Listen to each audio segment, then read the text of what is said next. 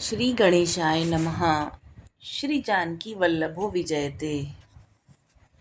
श्री वाल्मीकि रामायण का बालकांड में 51वां सर्ग।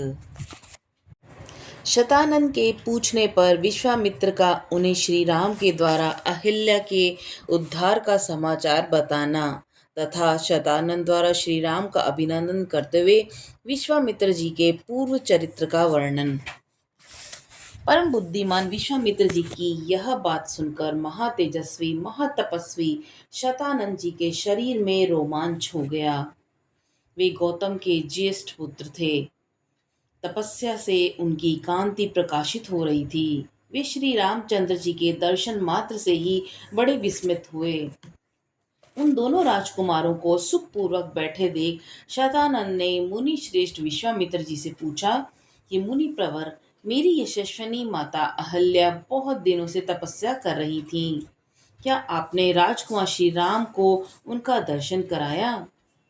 क्या मेरी महातेजस्विनी एवं यशस्विनी माता अहल्या ने वन में होने वाले फल फूल आदि से समस्त देहधारियों के लिए पूजनीय श्री रामचंद्र जी का आदर सत्कार किया था? महातेजस्वी मुने, क्या आपने श्री राम से वह प्राचीन वृतांत कहा था जो मेरी माता के प्रति देवराज इंद्र द्वारा किए गए छल कपट और दुराचार द्वारा घटित हुआ था? मुनिश्रेष्ठ कौशिक, आपका कल्याण हो। क्या श्री रामचंद्र जी के दर्शन आदि के प्रभाव से मेरी माता शाप मुक्त हो पिताजी से जा मिली? कुश के नंदन, क्या मेरे पिता ने श्री राम जी का पूजन किया था? क्या उन महात्मा की पूजा ग्रहण करके ये महातेजस्वी श्री राम यहाँ पधारे हैं? विश्वामित्र जी, क्या यहाँ आकर मेरे माता पिता द्वारा सम्मानित हुए श्री राम जी मेरे पूज्य पिताजी का शांत चित्त से अभिवादन किया था? शतानंद का यह प्रश्न सुनकर बोलने की कला जानने वाले महामुनि विश्वामित्र ने बातचीत करने में कुशल शतानंद को इस प्रकार उत्तर दिए। मुनिश्रेष्ठ, मैंने कुछ उठा नहीं रखा है। मेरा जो कर्तव्य था उसे मैंने पूरा किया। महर्षि गौतम से उनकी पत्नी अहल्या उसी प्रकार जा मिली हैं जैसे भृगुवंशी जमदग्नि से रेणुका मिली हैं। बुद्धिमान विश्वामित्र की यह बात सुनकर महातेजस्वी शतानंद ने श्री रामचंद्र जी से यह बात कही कि नरश्रेष्ठ, आपका स्वागत है।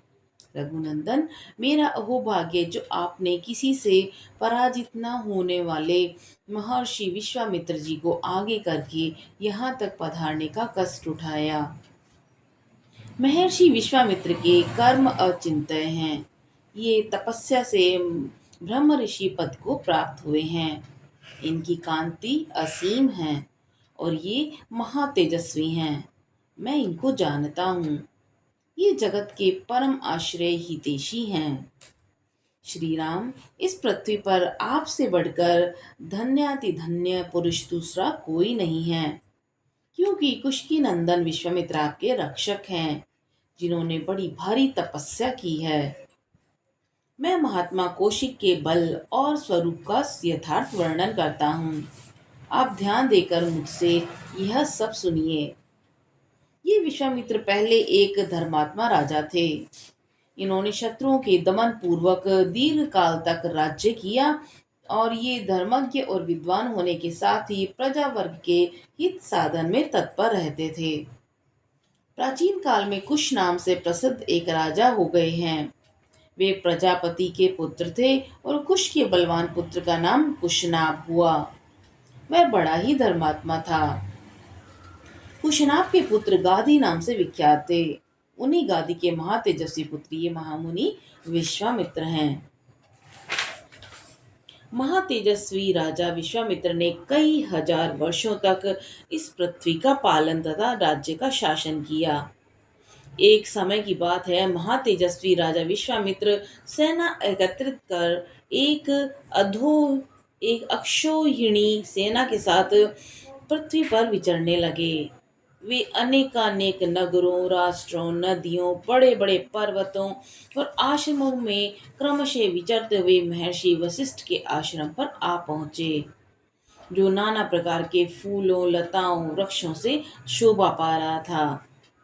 नाना प्रकार के मृग, वन्य पशु वहां सब ओर फैले हुए थे तथा सिद्ध और चारण उस आश्रय में निवास करते थे। देवता, दानव, गंधर्व और किन्नर इनकी शोभा बढ़ाते थे। शांत मृग वहां भरे रहते थे और बहुत से ब्राह्मणों, ब्रह्म ऋषियों और देव ऋषियों के समुदाय उनका सेवन करते थे। तपस्या से सिद्ध हुए अग्नि के समान तेजस्वी महात्मा और ब्रह्म के समान महामहिम महात्मा सदा उस आश्रम में भरे रहते थे। उनमें से कोई जल पीकर रहता था तो कोई हवा पीकर। कितने ही महात्मा फल मूल खाकर अथवा सूखे पत्ते चबाकर रहते थे। राग आदि दोषों को जीतकर मन और इंद्रियों पर काबू रखने वाले बहुत से ऋषि जप होम में लगे रहते थे।